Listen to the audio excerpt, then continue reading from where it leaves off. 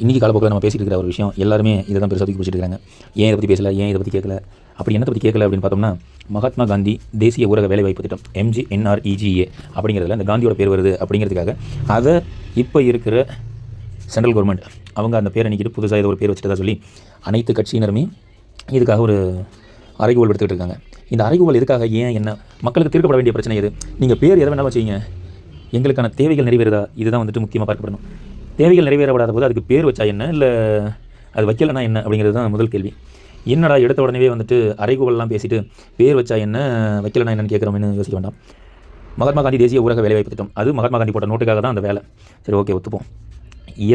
இது வந்த இத்தனை ஆண்டுகளில் எதை சரியாக எந்த அரசாங்கம் செஞ்சுருக்குது? இப்போது உள்ள அரசாங்கமும் சரி, முந்தைய அரசாங்கமும், இதை முன்மொழிந்த அரசாங்கமும் சரி, இப்போது இதை நிர்வகிக்கிற அரசாங்கமும் சரி, இது எதுக்காக இந்த பேஜ் அப்படியே நம்ம போட்டிருக்கோம் அப்படின்னா, மெயினான விஷயமே மக்களோட ரத்தத்தை சுரண்டி அரசியல்வாதிகள் லாபம் பார்ப்பதற்காக அரசியல்வாதிகள் தீட்டும் திட்டத்தில் ஒன்று தான் இந்த 100 நாள் வேலை திட்டம். மக்களுக்கு புரியாத மாதிரி சொல்லணும் அப்படின்னாது.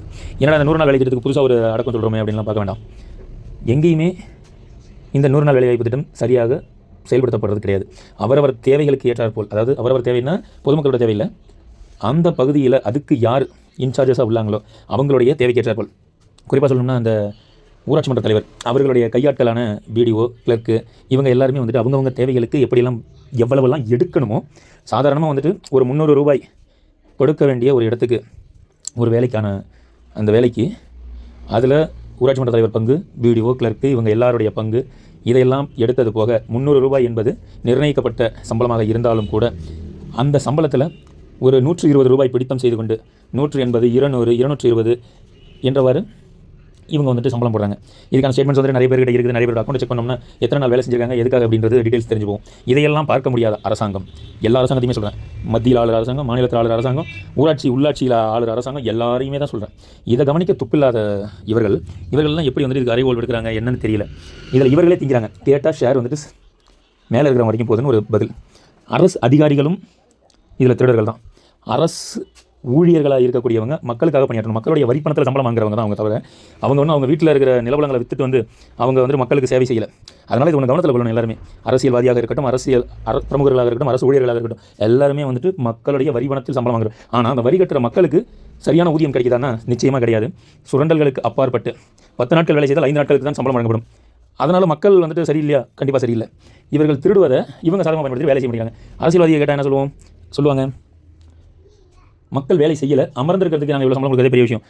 கொடுக்கப்படுகிற சம்பளத்துக்கு ஏற்றாற்போல் வேலை வாங்காதது அரசு ஊழியரின் தவறு, அதை கவனிக்க தவறிய அதிகாரிகளின் தவறு, அதை மேற்பார்வை காணாமல் இருந்த அரசியல்வாதிகளின் தவறு.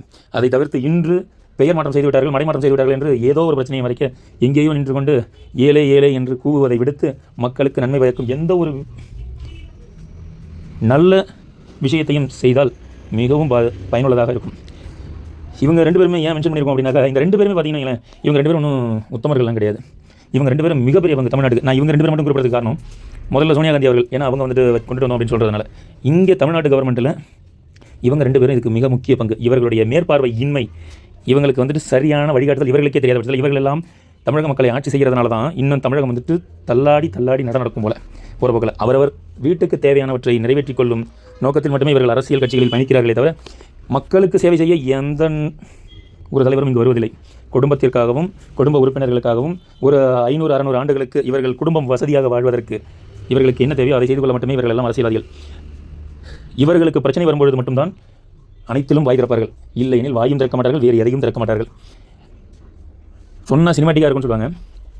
சிட்டிசன் படத்தில் வந்துட்டு சிட்டிசன் ஒரு இதில் வந்துட்டு கிளைமேக்ஸ் காட்சியில் ஒரு இது வச்சுருப்பாங்க, இந்த குடியுரிமை பறிக்கப்பட வேண்டும், அவர்களுடைய பாஸ்போர்ட்டுகள் நாட்டுக்குள்ளேயே நாடு கடத்தப்படணும். அந்த மாதிரி லிஸ்ட்டில் தமிழ்நாட்டில் இருக்கிற எல்லா அரசியல்வாதியும் நாட்டுக்குள்ளேயே நாடு கடத்தணும். அவனுக்கு ரேஷன் கொடுக்கக்கூடாது, அவனுக்கு ஒன்றுமே கொடுக்கக்கூடாது, அந்த மாதிரி இவங்களெல்லாம் கடத்தணும்.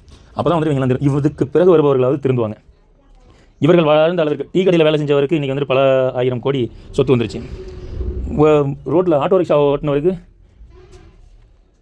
மெடிக்கல் காலேஜஸ், இன்ஸ்டிடியூஷன்ஸ் இப்படி போயிருக்குது. அப்போ இதெல்லாம் யாருடைய காசு? எல்லாமே நம்மளுடைய பணம். வாழ்க வளமுடன், வாழ்க ஜனநாயகம், வாழ்க மனித வளம். வரும் காலங்களிலாவது பணத்துக்கு ஆசைப்படாமல் நல்ல ஆட்சியாளர்களுக்கு ஆசைப்படுவோம், நல்லாட்சி அமைய முற்படுவோம். நன்றி, வணக்கம்.